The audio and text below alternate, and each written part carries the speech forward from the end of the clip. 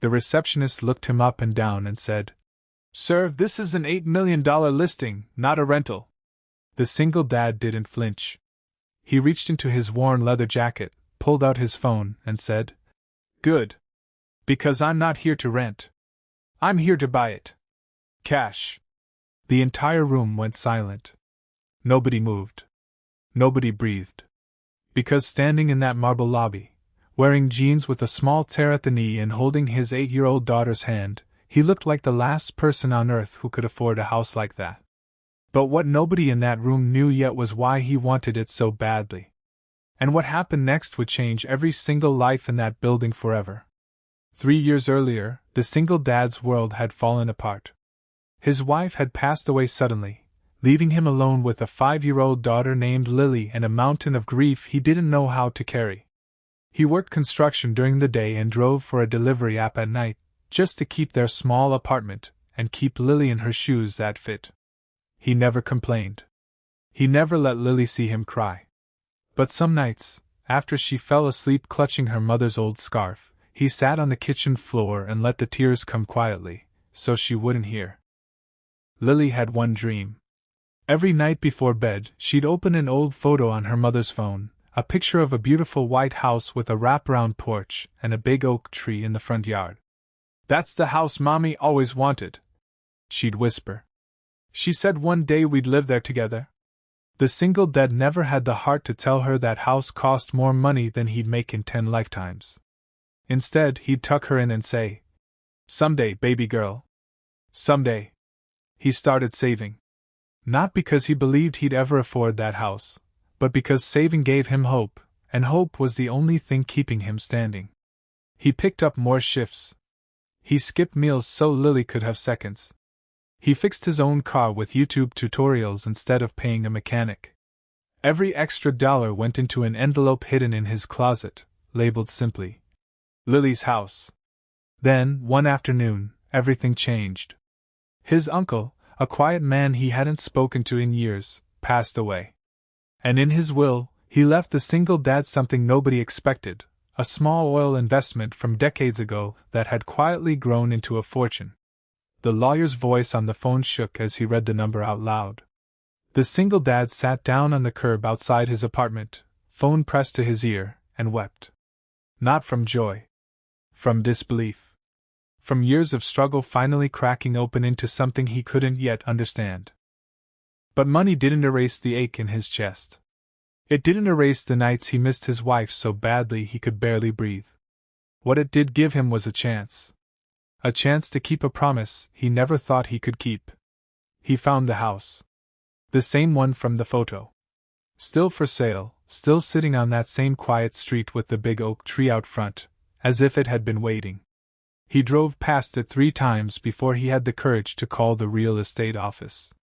And when he finally walked in, dressed the way he always dressed, tired and humble and real, the receptionist saw a construction worker. She didn't see a father. She didn't see a promise. She saw someone she assumed didn't belong. "Sir, I really think you should look at listings within your budget," she said again, her voice sharp enough to make Lily squeeze his hand tighter. The single dad felt his face grow hot, not from embarrassment, but from the years of being underestimated, judged, dismissed. He could have raised his voice. He could have thrown his bank statement on the counter. Instead, he knelt down to Lily's level and asked gently, "You still want that house, baby?" Lily nodded, tears welling in her eyes, not from sadness, but from the fear that this dream, like so many others, was about to slip away.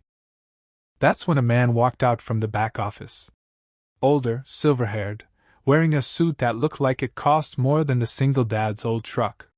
His name was Mr. Whitfield, the broker who had personally listed the property. He'd overheard everything. And instead of apologizing immediately, he did something the single dad didn't expect. He crouched down next to Lily and asked softly, "Why do you want this house so much, sweetheart?" Lily wiped her eyes and said, "Because my mommy wanted it. She's in heaven now. But my daddy said someday we'd live here for her." The room fell silent again, but this time, it wasn't judgment. It was something deeper. Something human.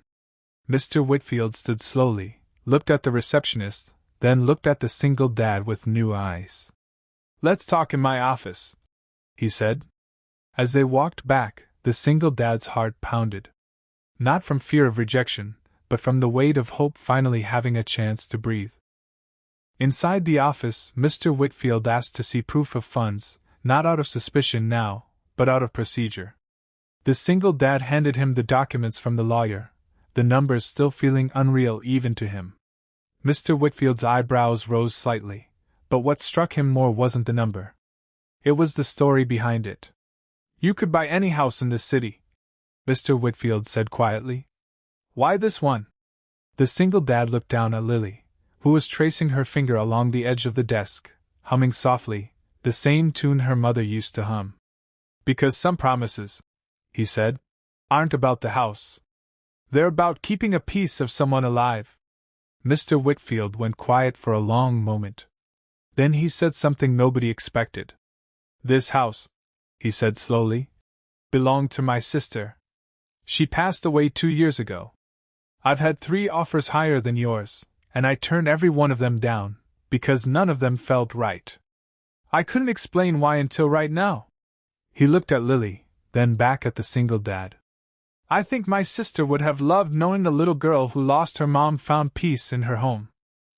Tears filled the single dad's eyes, the kind of tears that come from years of carrying weight alone finally being shared with someone else who understood loss the same way he did. "I'm sorry for your loss," he said.